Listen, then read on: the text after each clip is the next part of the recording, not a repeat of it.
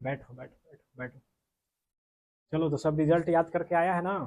क्योंकि हम बताए थे कि आज की इस क्लास में तुम लोग का हम क्या करेंगे, फॉर्मूला टेस्ट लेंगे। तो फॉर्मूला टेस्ट कैसे होगा? एक एक करके हम पूछेंगे नहीं, बल्कि क्वेश्चन देंगे, ठीक है? और जितना ये क्वेश्चन देंगे ना, वो डायरेक्ट रिजल्ट पे आधारित सवाल होगा। अब तुम्हारा काम क्या है कि जितना भी जल्दी हो सकता है उसका आंसर तुमको देना है, क्योंकि वो रिजल्ट बेस्ड सवाल है। ठीक है? सब कोई रेडी है ना? तो जल्दी से पेन पेपर निकाल लो, और कोई ना एक दूसरे से बात करो, ना किसी से हिंट लो। ठीक है?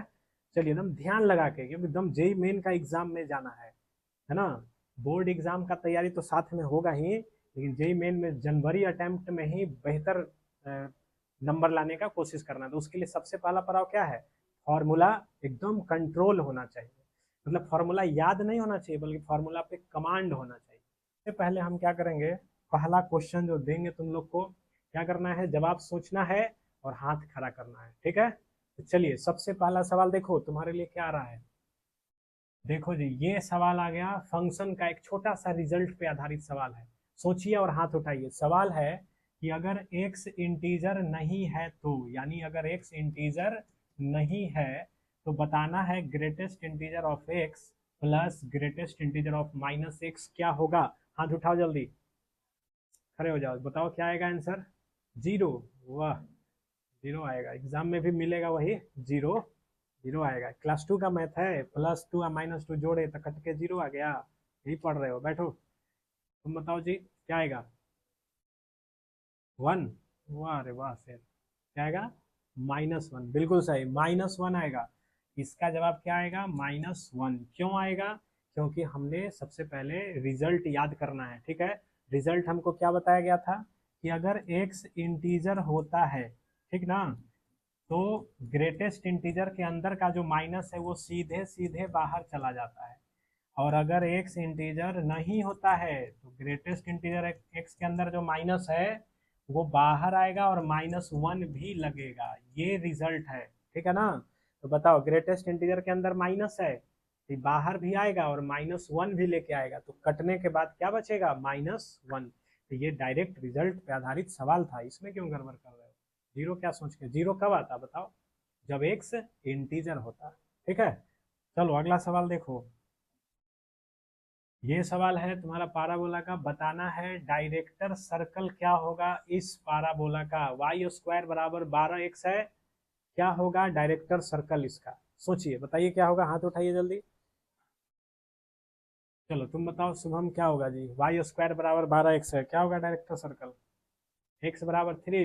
वाह, एक्स बराबर थ्री, कितना फास्ट बताया है तुम बताओ क्या होगा?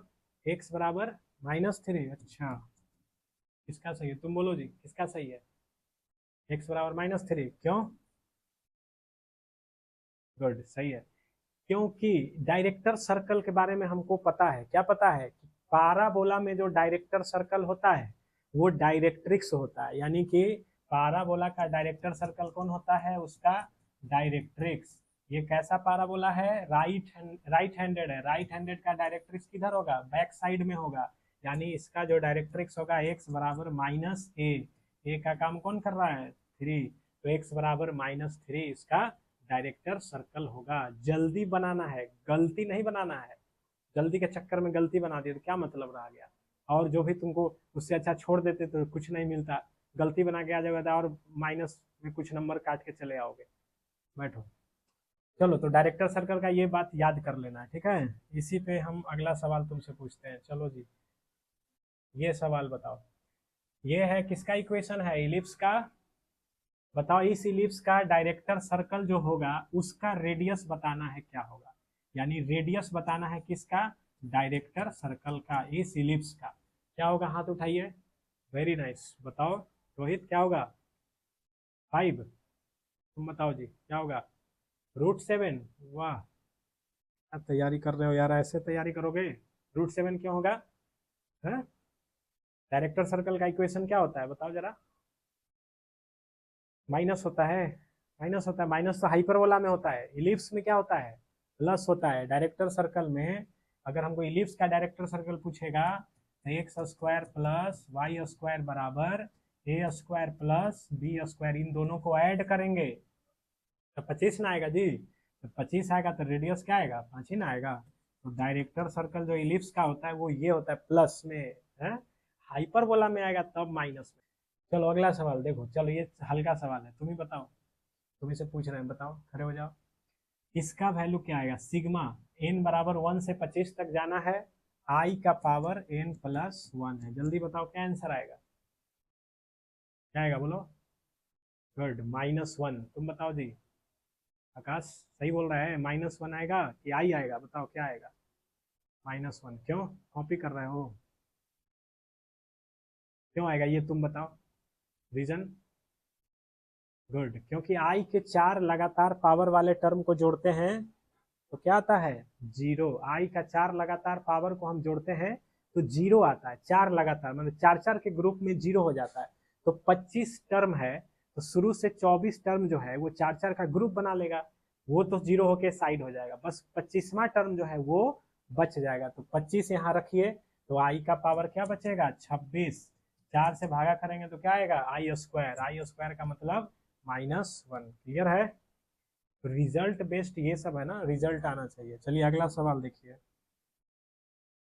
अगला सवाल है रेंज पे आधारित। सोचो, फंक्शन एक दे दिया है तुमको, ग्रेटेस्ट इंटीजर के अंदर sine x plus cos x दे दिया है, ठीक है।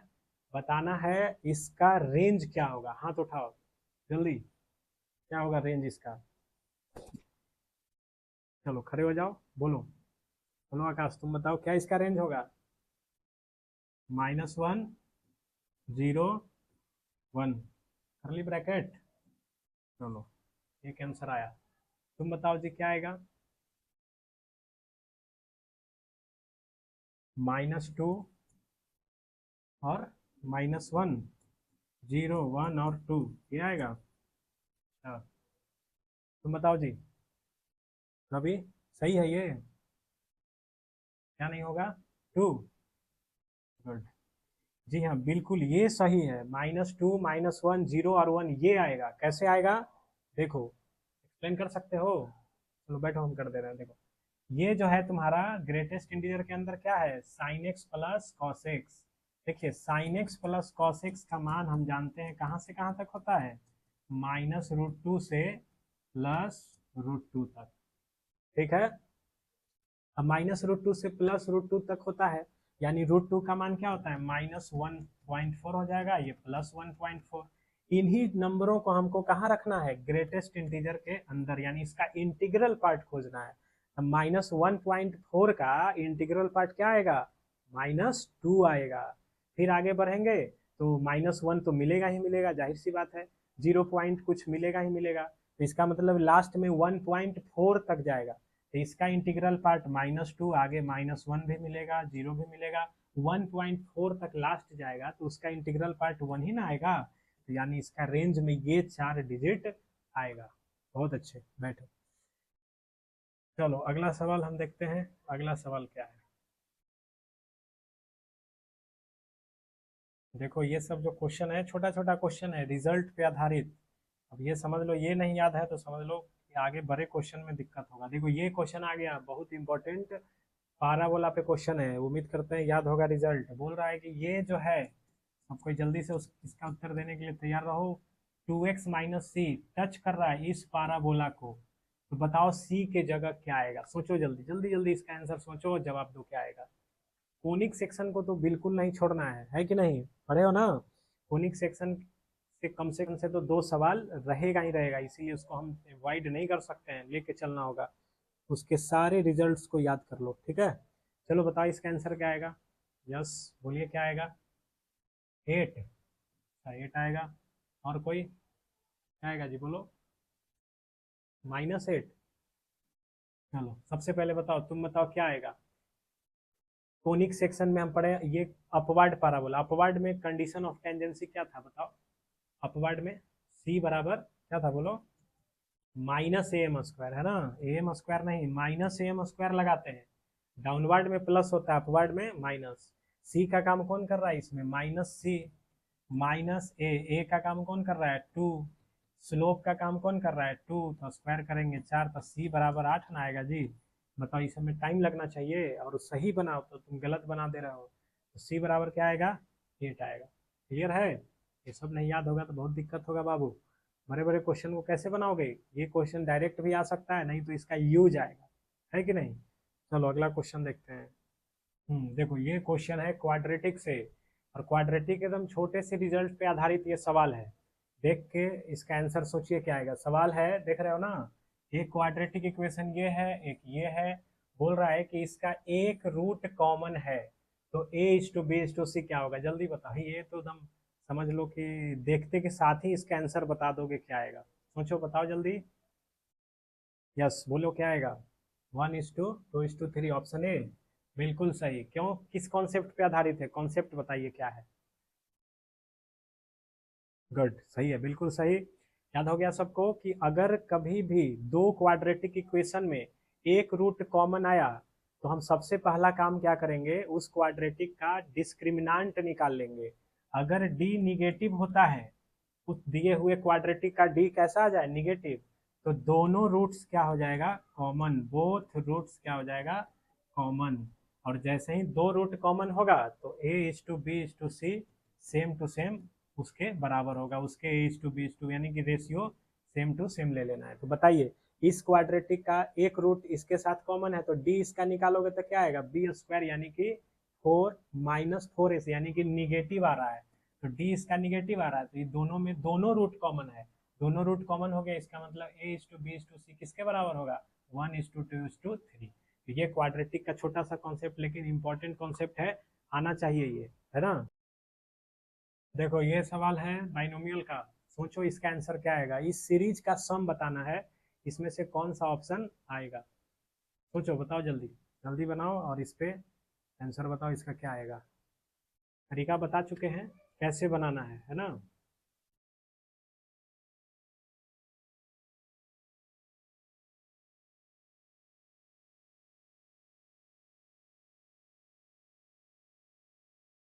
चलो बताओ आंसर। हाँ बोलो, क्या आंसर आएगा इसका? ऑप्शन नंबर डी आएगा। डी, तुम बोलो। डी ही आएगा। चलो बिल्कुल सही। कैसे बनाएंगे? वैल्यू पुट करके। गुड। देखो इस तरह का सम बताने के लिए, बनाने के लिए हमने पढ़ा है कि या तो सीधे सीधे एक सिंपल तरीका से जाइए, है ना। दूसरा तरीका है नंबर ऑफ टर्म्स खुद से काउंट कर लो, खुद से कंसिडर कर लो। तो जैसे number of terms N terms लिया है, तो हम एन के जगह नंबर ऑफ टर्म्स 1 2 कुछ भी 2 लेके हम चलते हैं। नंबर ऑफ टर्म्स हमने 2 लिया, यानी इसके 2 कोफिशियंट्स के सम तक को जोड़ते हैं, क्या आता है। तो अगर हम इस दो टर्म्स को जोड़ेंगे तो क्या आएगा, देखो 2c1 क्या आएगा, 2 आएगा। नीचे तो 2c01 ही आएगा, तो इधर 2 बचेगा, प्लस 2 गुना 2c21 2c12, तो ये कट के क्या आ जाएगा, 3। अब देखो क्या रखने पे 3 आ जाएगा, एन के जगह 2 हम रखते हैं तो किस में 3 आएगा, इसमें तो 3 आएगा नहीं 2 रखने पे। इसमें तो आने से रहा, 2 इसमें रखोगे देखो बिल्कुल 3 नहीं आएगा। इसमें 2 रखो, 2 2 कटेगा, 2 + 1 3, यानी ऑप्शन डी। तो इस तरह का सम का क्वेश्चन तुम वैल्यू पुट करके भी बना सकते हो।